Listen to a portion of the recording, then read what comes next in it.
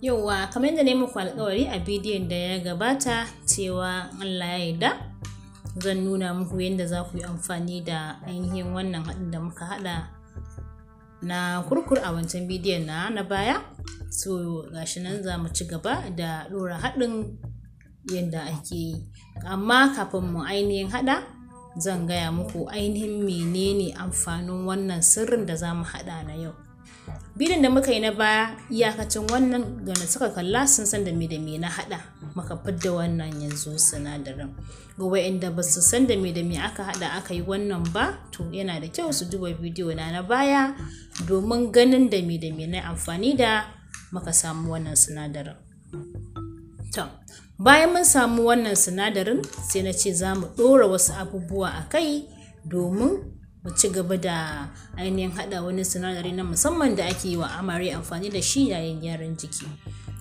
Awan ina dubawa ne bisa ga yadda muka yi na da, tunda kun ga bai kai yawan wancan kwaɓin da muka yi amfani da na da ba, shi yasa wannan karan kuka ga nake sa kaɗan, tunda sinadaran ba su kai yawan na da ba, tunda mun ɗiba a ciki mun yi amfani da shi.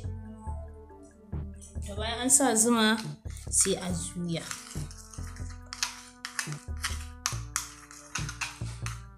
In aka juya sai a samu sinadarin wasu wata nan da muka yi amfani da wancan satin, sai a sa kaɗan,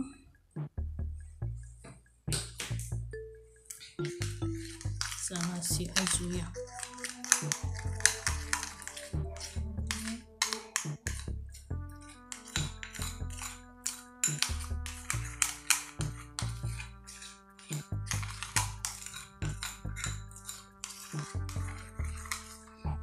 A wancan bidiyon da ne amfani da kun san na saka gram flour, to akwai wanda suka daga tambaya menene gram flour.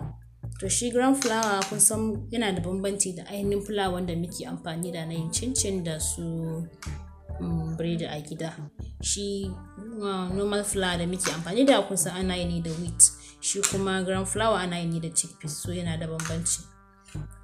To yanzu bayan mun haɗa sinadarin nan, abu na gaba shine sai a ainihin shafa a inda ake so a yi.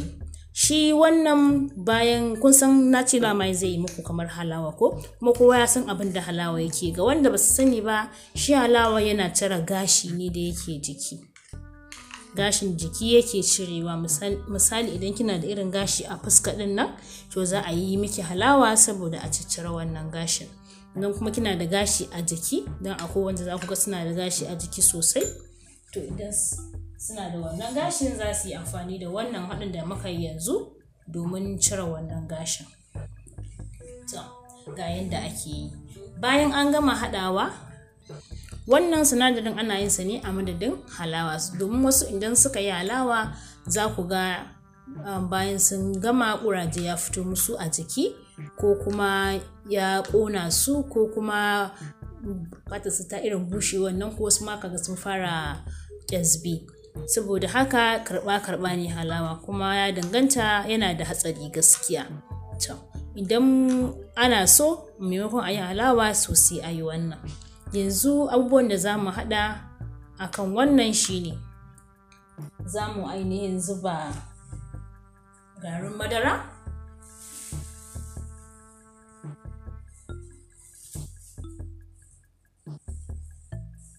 tunda haɗin ɗan kaɗan ne ba za mu sama ya kai cokali ba, saboda haka za mu saka kamar rabin cokali ne. Za mu sa garin madara a ciki, sai mu juya, sannan sai mu sa zuma.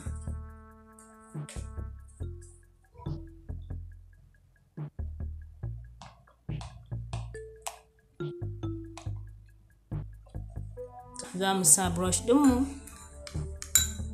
sai mu shafa a jiki. Wannan za a iya shafawa a fuska, za a iya shafawa a jiki, za a iya yi a duk da ake so a shafa misali. Amma yanzu tunda zan nuna muku ne yadda ake ainihin haddasa turare da ake yi na jiki, to zan shafa a hannuna saboda nan ne zan iya nuna muku yadda ake turarawa. Bismillah, gashi.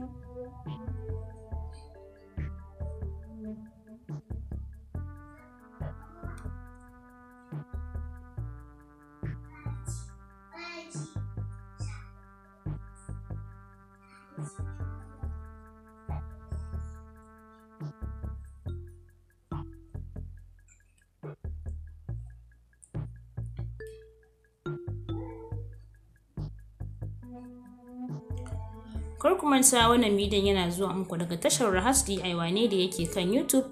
Yana da kyau ku danna like idan kun ji daɗin bidiyon nan kuma kun ƙaru da shi, domin hakan yana ƙara min ƙarfin gwiwa wajen ƙara kawo muku wasu sababbin videos ɗin a nan gaba. Kar ku manta ku danna subscribe idan ba ku riga kun yi subscribe ba, sannan kuma ku danna ƙararrawar da take kusa da ku. Hakan ne zai ba ku damar samun sababbin videos ɗina da zarar na ɗora su.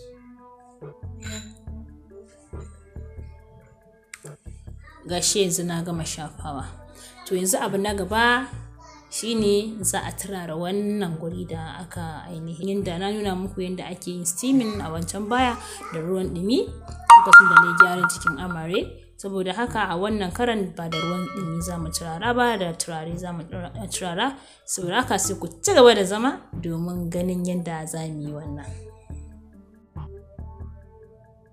Yanzu ga hotonmu sai mu zuba turarenmu. An sa turare sai a shiga, sannan sai a sa bargo sai a rufa.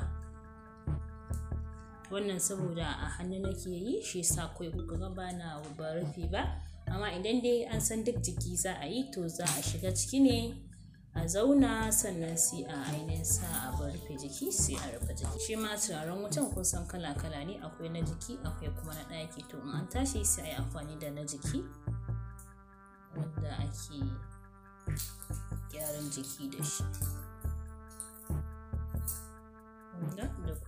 Da kun fara tarin za ku gama da kansa yana ɗan daɗa kakkamewa ainihin shi wannan haɗi da muka shafa.